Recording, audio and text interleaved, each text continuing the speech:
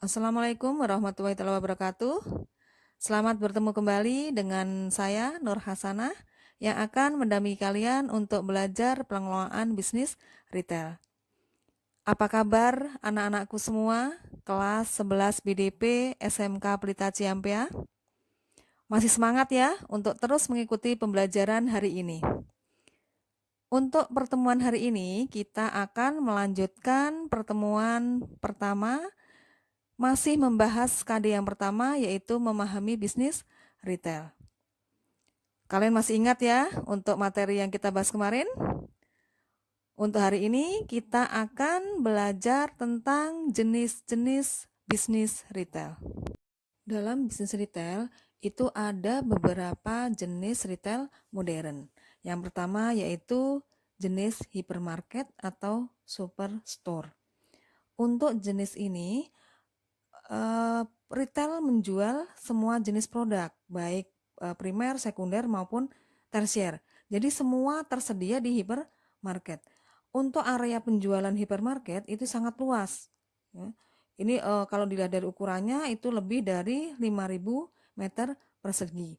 Jadi ini termasuk toko yang sangat lengkap yang menyediakan kebutuhan makanan, pakaian, alat-alat kecantikan, bahkan sampai alat-alat rumah tangga.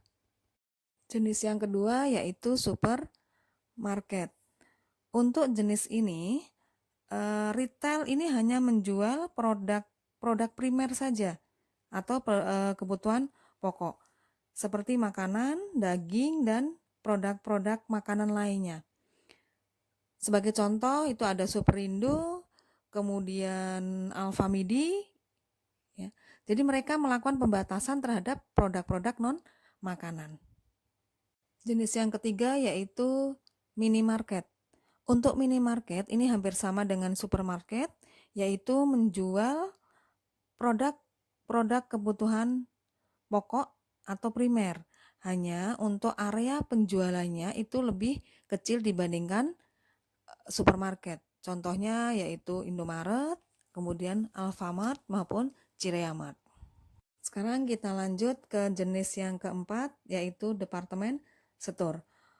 Untuk jenis usaha retail ini itu menjual berbagai variasi produk dan menyediakan beberapa layanan seperti layanan pelanggan atau customer service dan tenaga sales counter. Untuk pembelian konsumen sendiri itu dilakukan pada masing-masing bagian pada suatu area belanja.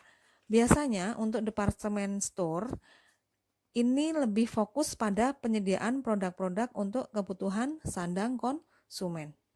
Jenis yang kelima yaitu convenience store. Untuk jenis retail ini biasanya buka 24 jam dan menjual produk-produk ready to eat seperti snack, roti, dan beverage.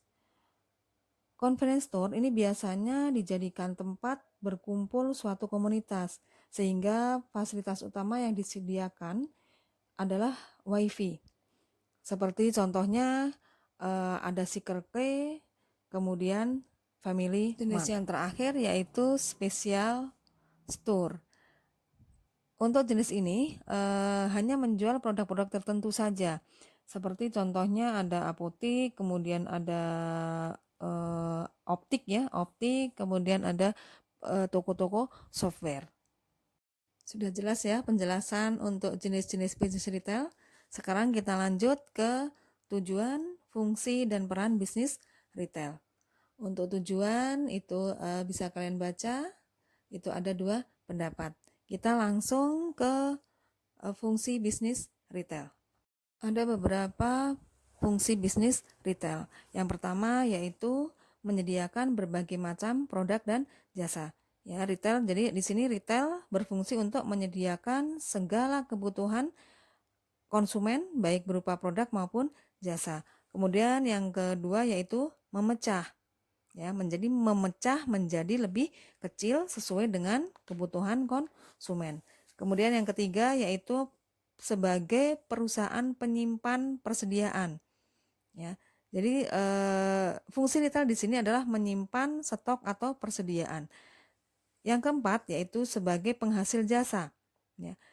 Retail juga menyediakan jasa yang memudahkan konsumen. Contohnya menawarkan sistem kredit sehingga konsumen bisa memiliki produk yang mereka inginkan. Kemudian yang terakhir yaitu meningkatkan nilai produk dan jasa. Oke, kita lanjut ke peran bisnis retail. Untuk peran bisnis retail, kalian bisa baca sendiri, baik itu peran bagi produsen maupun bagi konsumen. Kita lanjut ke kelebihan dan kekurangan bisnis retail. Sepertinya nggak perlu Ibu jelaskan karena sudah sangat jelas ya. Untuk kelebihannya, kalau untuk kekurangannya ini biasanya terjadi di retail-retail dengan skala kecil maupun retail-retail tradisional.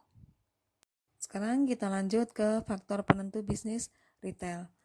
Untuk faktor penentu keberhasilan bisnis retail, kita akan kupas lebih dalam lagi di pertemuan selanjutnya. Demikian pembelajaran hari ini. Sampai ketemu di pembelajaran selanjutnya. Tetap semangat dan terus berdoa agar pandemi ini segera berakhir. Terima kasih. Wassalamualaikum warahmatullahi wabarakatuh.